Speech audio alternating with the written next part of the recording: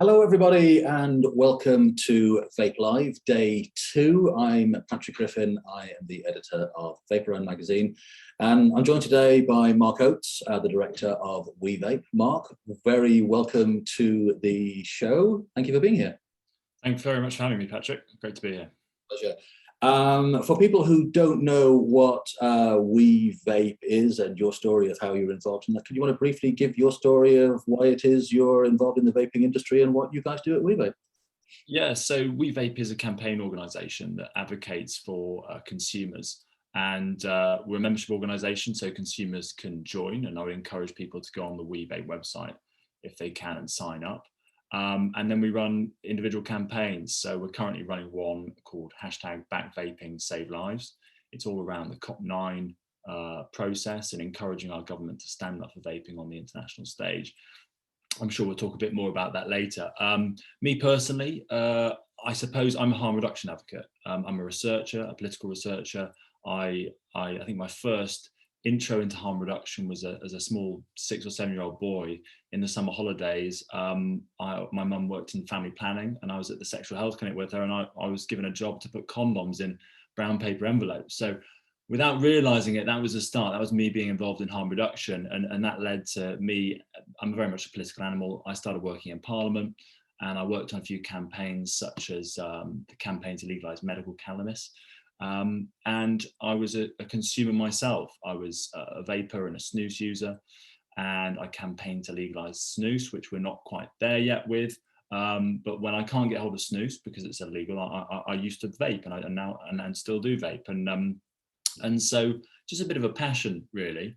And I never really thought as a teenager or when I was younger that I wanted to be some kind of do-gooder at all. But the weird thing about this subject is the rebels are actually the ones that are doing good, and some of the so-called do-gooders are the ones that are actually causing harm. So I really enjoy it. It's tough, but it's good fun.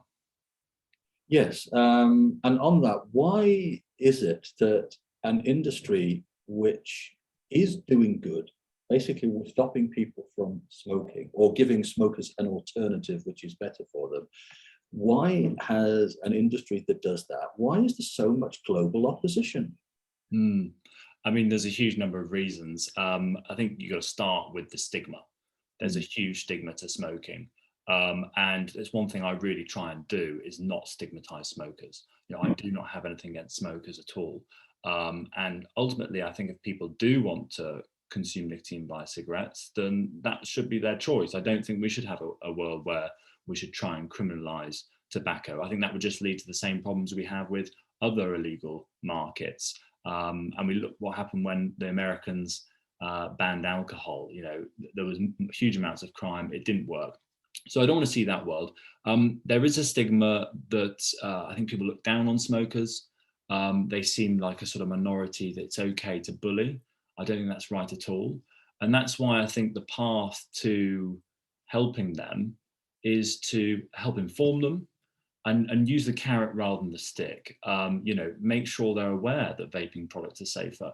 I think it's about 52% of smokers don't know or think that vaping is more dangerous or as dangerous as smoking. And that is appalling. We look at the vaccine for COVID. Imagine if 52% of the population thought that vaccine was worse for you than catching COVID. I mean, we'd be in a complete mess, but that's the mess we're in currently with the level of public discussion on this life-saving product. And that is the statistic that constantly sort of shocks me and depresses me sort of sometimes, that if we could get the information, the correct information to smokers, then they can make their own informed decision. And I think it's about making an informed decision. If a smoker says, I want to continue smoking, thank you very much, that's a decision for them. But when they will not switch to something else because they think it could be worse for them, that's where we as an industry need to be able to get that message across better. Yeah, and We Vape's really keen to try and change that, and we're pushing and encouraging government to take a more realistic approach and allow your vape shops, your company selling the product, to be able to inform the consumer, not in a sort of commercial way, but if they should surely be allowed to state the obvious and the facts and the science. They should be able to point out that vaping, according to Public Health England, is 95% safer. And it could go a long way in changing the picture, and it's really the route to Smokefree 2030. It's not right to go along a route of bullying smokers and ostracizing them more. We know that if you increase taxes on cigarettes now, it just pushes people to the back market, and then they're paying peanuts for their cigarettes. And there's a health inequality area as well, because we know some of the poorest people in our country smoke at the highest rates.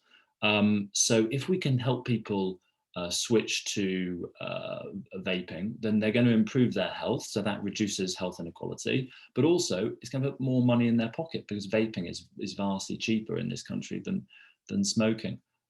So it's a win-win. The UK government are seen as a shining example of what is good when it comes to vaping regulations. Obviously, we can always do more. Do you agree with that? And do you think that now is the time for the UK, that it's out of the EU, to really take the lead on helping educate smokers and regulators around the world about vaping and how it's helped here, using evidence that we've accumulated? Absolutely. If Britain continues to take the lead, then it makes sure other countries see that it can work. But that doesn't just mean sitting on the current rules and regulations we've got. Now, that would be better than going down the path other countries are doing. That would be better than things like flavour bans that are being touted in the EU, taxes, etc. But we can save more lives. As we've already covered, we could inform more members of the public about vaping being safer. We can try and get more vape products in the NHS. There's a fantastic trial going on where in A&E, they're going to be handing out vape kits. And that's going to, I think, have a huge impact on people, because they're going to, hang on a second, I'm getting this in an A&E from a doctor. I've read all these stories online. Well, the doctor must be right. This is NHS. And we know that the NHS is really well trusted. And it's helped me, that trial has helped me a bit, because I've got some friends that still have this belief that nicotine is a problem, that there's that stigma there.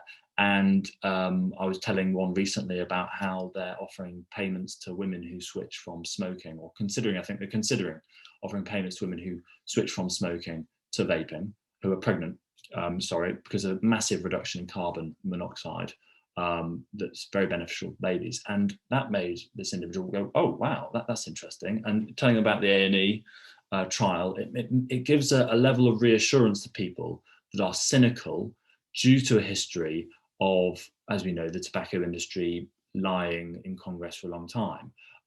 But it's important to look at things with a fresh set of eyes. And this is what's going on with vaping, and not just castigate it as what happened in the past. And Sweden's a really important country. As I said, I'm a big believer we should legalise Swedish snus. We've got nicotine pouches now. I'm a harm reduction advocate. So as much as I'm a vapor and a snus user, anything that can help reduce risk, I'm a supporter of. Heat not burn is another important example. Sadly, because of the way our laws are, if something's got tobacco in, you can't do hardly any informing of the public or advertising.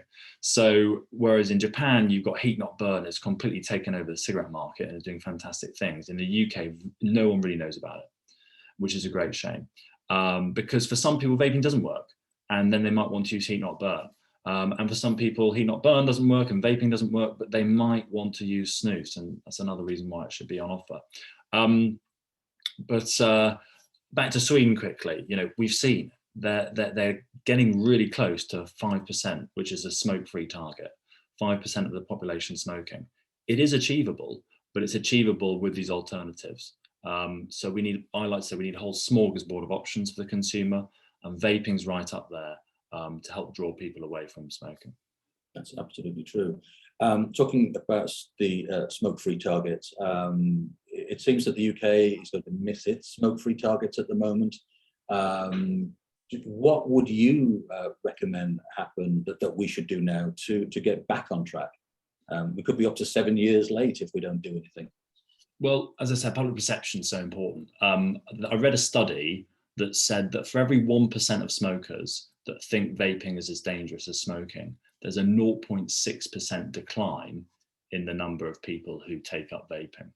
So I think I did some back of the fag packet calculations, and that equates to around 30% of current smokers, which is around 2 odd million. So boom, you change the perception, you inform smokers. How do you do that? Well, yeah, as I said, vape shops need to have the ability to put up, I think, independent scientific evidence, like the PHE 95% safer point. And just while we're on that, I want to thank vape shops and vape shop workers, because they are doing an amazing job of informing the public. And they're not healthcare workers, but actually they've saved countless lives. And so thank you for all that work. And I don't think that there's enough recognition there. But another area you could do, which has been debated, I know, by the APPG for vaping, is cigarette packets having some kind of information about reduced risk products. Now, I'd argue those should be very much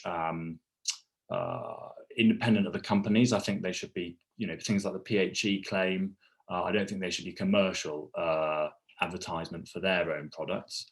That would be, I don't think that'd be the right way of going about it. And you could look at nicotine limits. We know that some people don't switch to vaping because they don't get the nicotine they need if they're heavy smokers. I don't think this is necessarily going to make people switch, but I think I could definitely say that we should get rid of the tank size limit. I think that's infuriating to all of us. I mean, my vape, the tank size is absolutely tiny.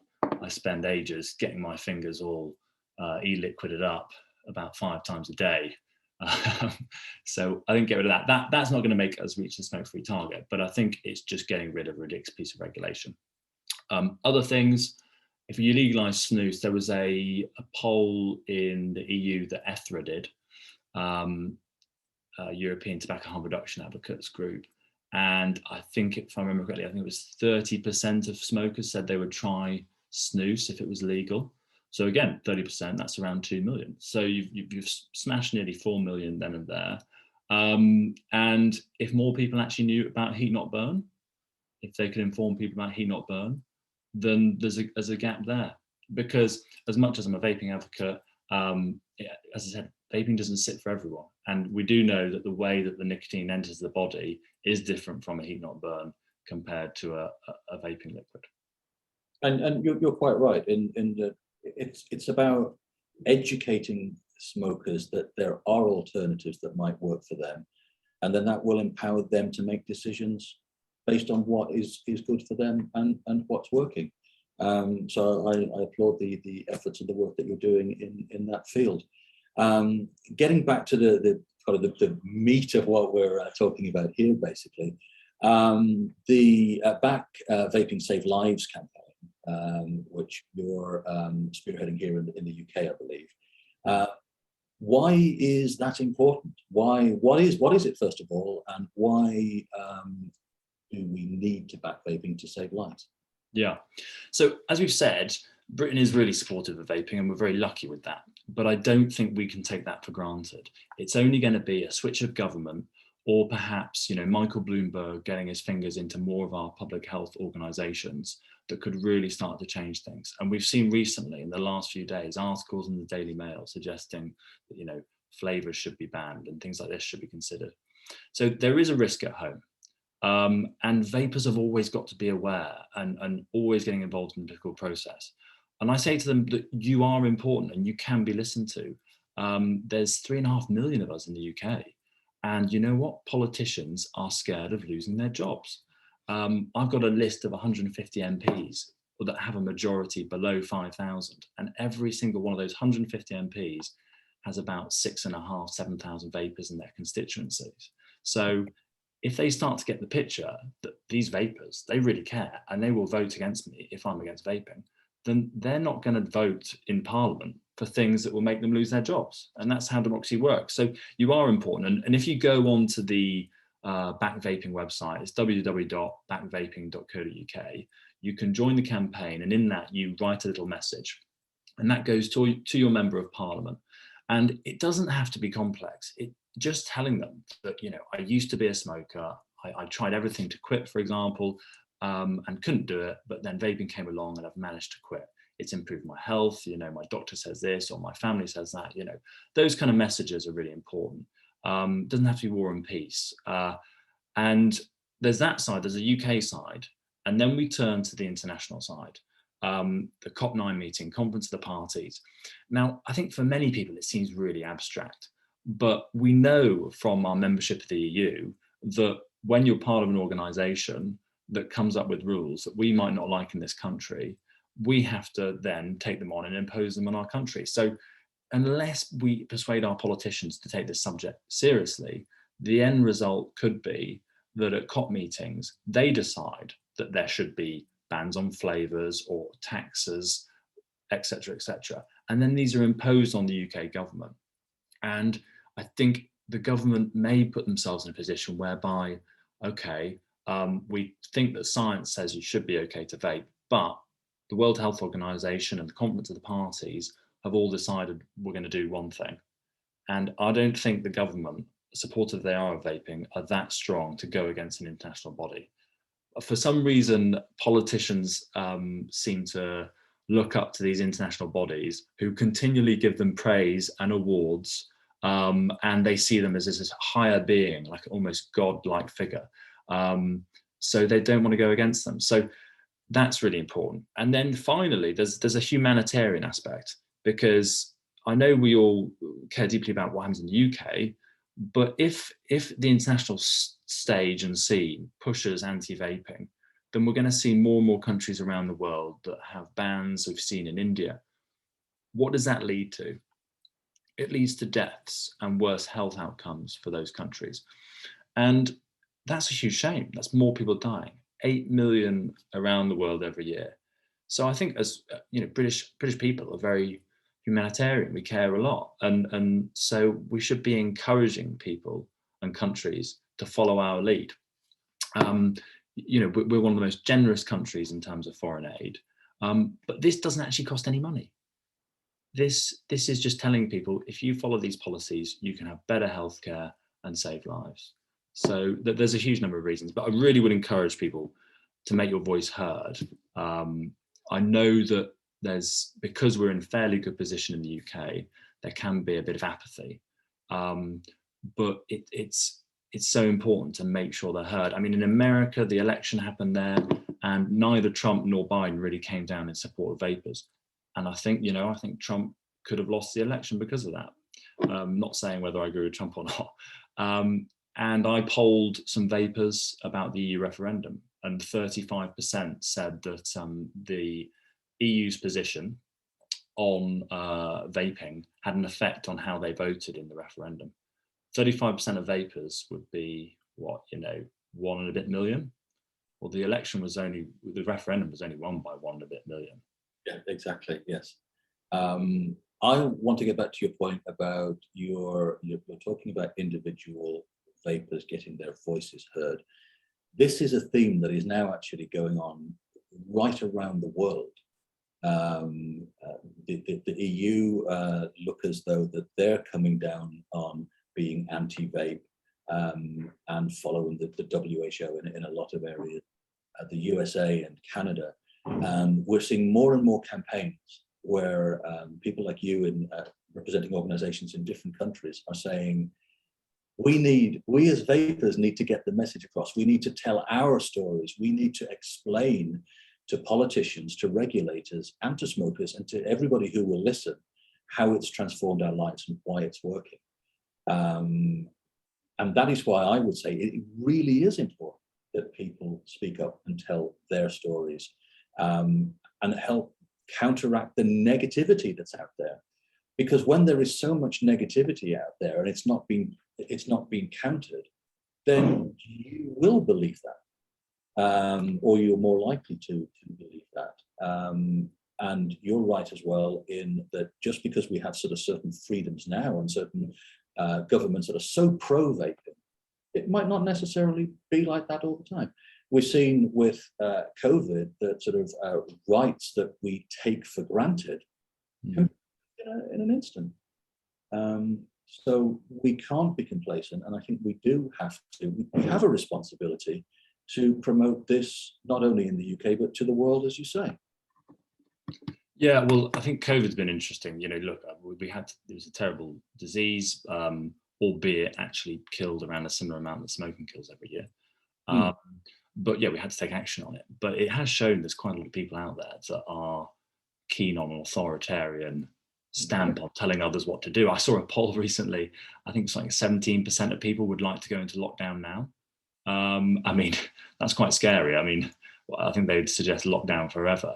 And I was on the radio talking about how we should help people stop smoking through vaping, and the other guests were just saying, ban cigarettes, ban it, it's like heroin, you know, ban vaping. There are a lot of people out there that are very authoritarian. And I can talk about all the research papers I read till I'm red in the face. But friends sometimes say, Mark, you know what, you saying data this, data that gets a bit boring. It's not that persuasive. And that's where just the real stories come in that are persuasive. It's hard to argue with someone that says, you know, my doctor said I should quit smoking. I had really bad COPD. And then since I took up vaping, my doctor said it's improved dramatically, you know, that your blood pressure's improved, that the carbon monoxide in your blood's gone down, that you're able to walk further. They're really powerful stories, and they take away this constant attack that I get from people that aren't interested in vaping, which is, oh, it's just big business that wants to come in and get you addicted to another thing. We've got to reframe the conversation around nicotine. It's got that stigma because of the way it was consumed, but we know that nicotine itself is not the problem. It can just be very similar to, say, caffeine.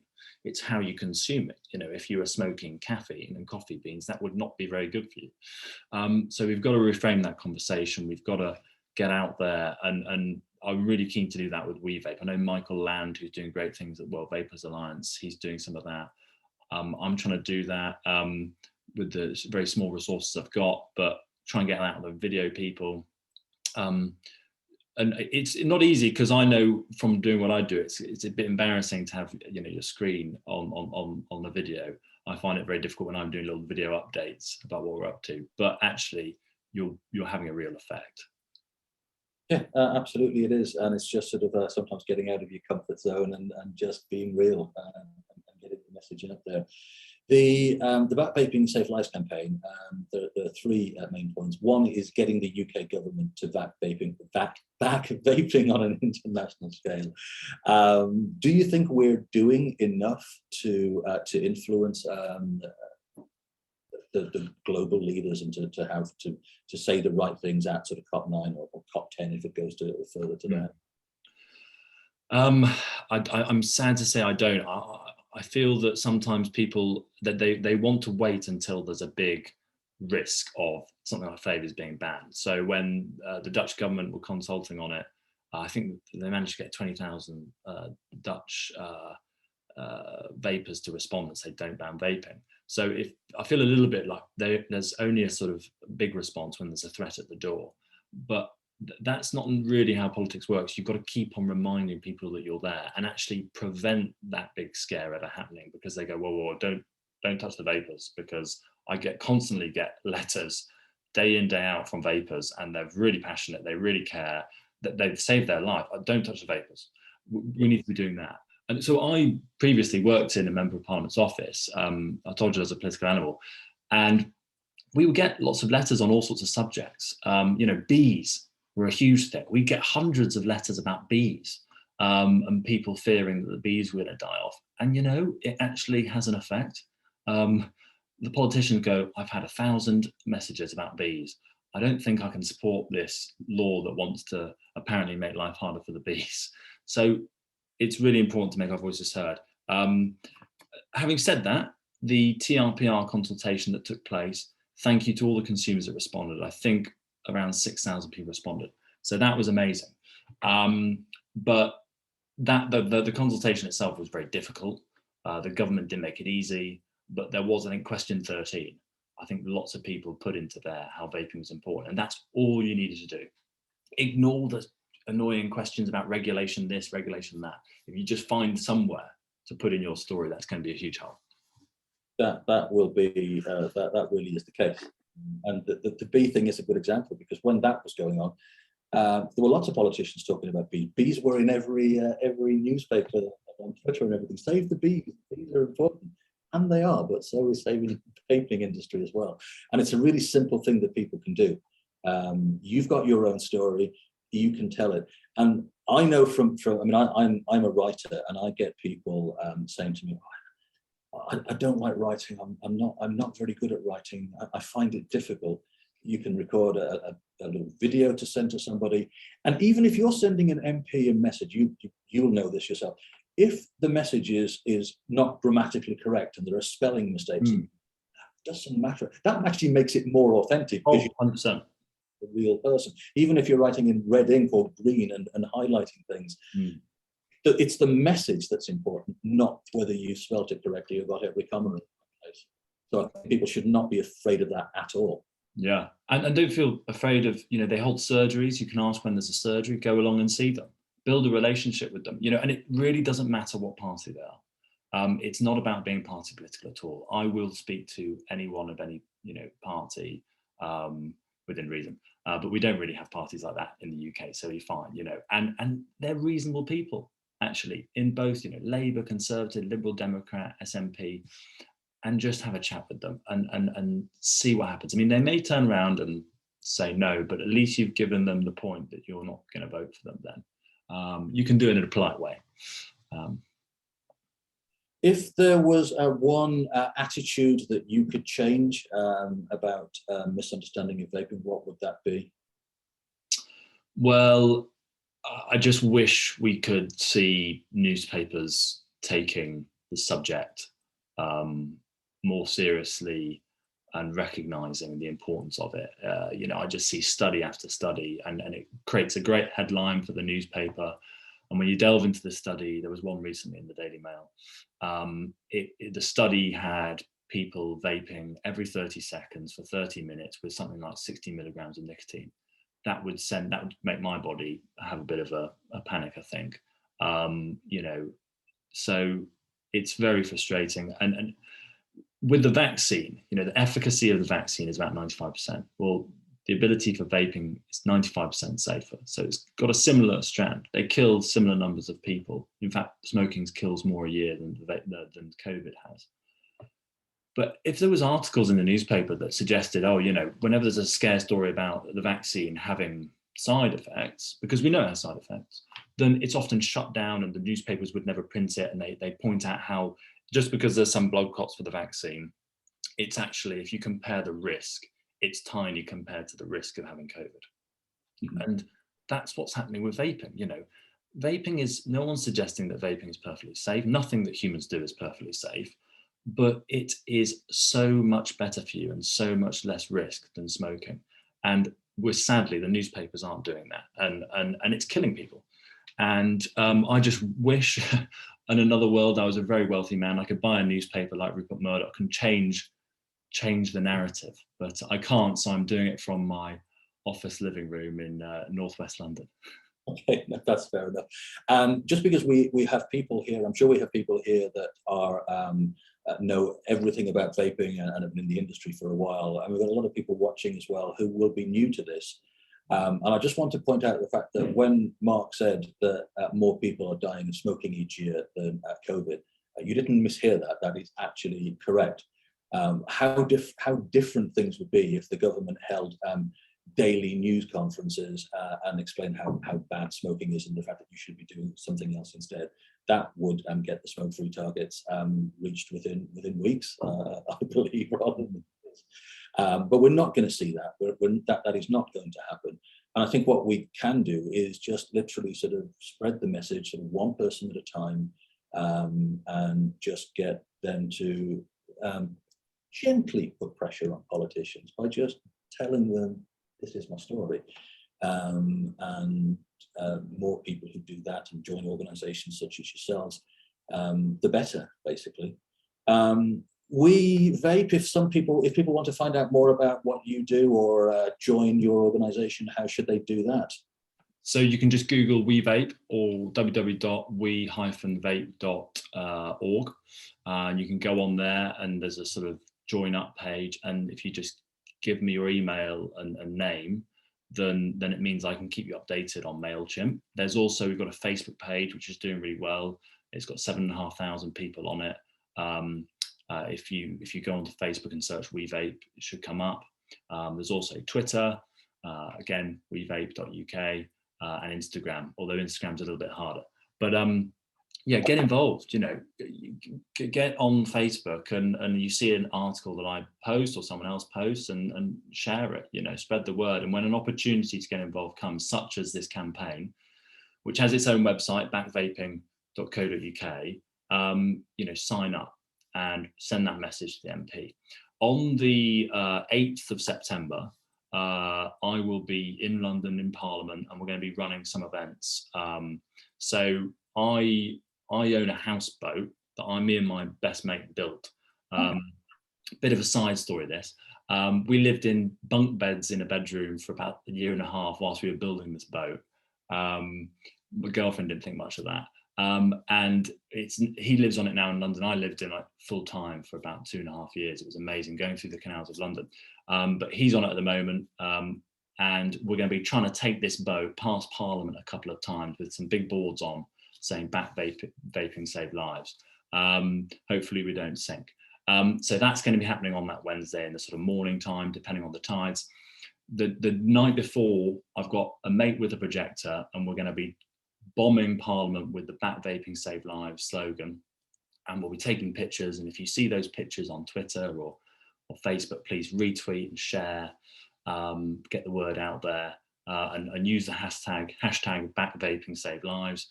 And then I'd say to people, if you're in London or you come from further afield, come down to Parliament, sign up to the campaign. I'll then contact you and we'll try and arrange for you to be in Parliament Square. We'll get some photos, all holding some boards saying how good vaping is at saving lives. We'll try and arrange for you to meet your MP there and then. And then when that's all done and dusted, we'll go off to the pub for a pint. That sounds good. That sounds a good practical way of doing things. And I think it's campaigns like these that are a little bit different, that have got a fun element, but a serious punch as well, really work. I know Michael Lambert, who you mentioned earlier at the World Vapers, the Vapers Alliance, today, is doing sort of similar things as well. So I think that's really great, and I applaud you for that. We had a question: how can I get involved in We Vape? I think we've covered that one. What is the Back Vaping Save Lives campaign? We've covered that one as well. Someone's asking, do you think, is there a stigma problem against vapers in the UK? I know that you mentioned that regarding smokers. Is there the same thing about vapers? Yeah, I think there is. It transfers over. People don't see that there's a difference. People see this sort of, see it as a weakness that you enjoy using nicotine. Look, I enjoy using nicotine, and I've always had a philosophy that no pleasure should be worth giving up for 3 more years in a nursing home. I know the risks. I use reduced risk products because I don't want to take too much risk, but I enjoy using it. But then people still look at me and say, why'd you do anything then, and conversations with many friends to try and change their minds about the perception to nicotine. There's often people say, oh, vapers, they're these hipsters in East London, but actually that's not the story at all. If you go out, if you don't just sit in the London bubble, if you go out to the northwest, northeast, these are hardworking individuals, your plumbers, your bricklayers, and they've just seen the opportunity to improve their health and reduce their costs. And they're very much normal people. That is the case. Yeah, there's no typical vapor in the same sense that there's no typical smoker. And yeah. So that's an important point to make. Is there any? We're slightly running out of time a little bit. Is there anything that you would like to get across that I haven't specifically asked you yet that you think would be useful to say on this platform? I noticed someone said, can you donate to We Vape? Yeah, if you go on the website, there's the donate button, and everything goes towards more materials, things such as the projects we're doing in September to get people out there, you know, making the signboards, those sort of things. So anything that you can do to help is a great help. We get lots of mini micro donations, really thankful for all of those. I'd just say spread the word, you know, tell your vaping friends about We Vape. Tell your vape shop, and on the Back Vaping Save Lives website, there's a resources page, and you can click on that and you can download all these images which explain how vaping is safer. Take those images and post them on Facebook or Twitter. Then there's also an ability to change your Facebook picture and have a frame around it that says, so Back Vaping at the top and Save Lives at the bottom. Go and put that on your Facebook if you feel comfortable, you know. It all helps spread the word. It reminds people. I mean, most people that vape probably have to explain to their friends that vaping is safer, but when you do that, it's a great thing because it spreads the message. So thanks very much. Yeah, that is getting the word about, and that's an important thing. And then that starts a conversation. It starts a conversation with smokers who could say, well, tell me about vaping then. What are the facts? And they can say, but I've read in the Daily Mail or wherever it may be that it's going to be more harmful to me. No, it isn't. Whenever there is these shock horror stories about sort of how vaping is bad, and I look on social media, and it makes me so sad when I see comments from smokers or young smokers saying, well, I better stick to smoking. At least I know that stage. I know how dangerous that is, but it could be worse. And it's terrible when people don't have the right information to make decisions that could help them in their future and help them with their lives. And if we can counteract that, then we're doing a really good thing, I think. Absolutely. Yeah, I mean, we still get people saying, well, we don't know about vaping. Well, it has been around a long time. And if you're going to use that argument, and I'm very supportive of the vaccine, I've had the vaccine myself, but you're using the same argument that anti-vaxxers are using. And the vaccine is much younger than vaping. Science isn't all done through, you know, putting something into the world and seeing what happens. They do studies that look at the biology in the labs and on petri dishes, and you can work out, you can infer from what happens there, what's going to happen elsewhere. And that's what they've done with vaping, and that's how they know that it's vastly safer. So, yeah. That's great. Well, Mark, listen, thank you for being here. Thank you for explaining this issue in very sort of simple terms that sort of people can understand. And luck with all your campaigns. Let me know what happens in London. I'm really looking forward to seeing that. Keep coming up with more ideas. And I'm sure if more people join We Vape, or people who are watching this want to get in touch with you, you will help people out if they get in touch with you on social media or whatever it is. And I think you've made some really great points. And I look forward to having you on this platform again soon. And good luck with everything. Thanks once more. Brilliant. Thank you, Patrick. Thank you.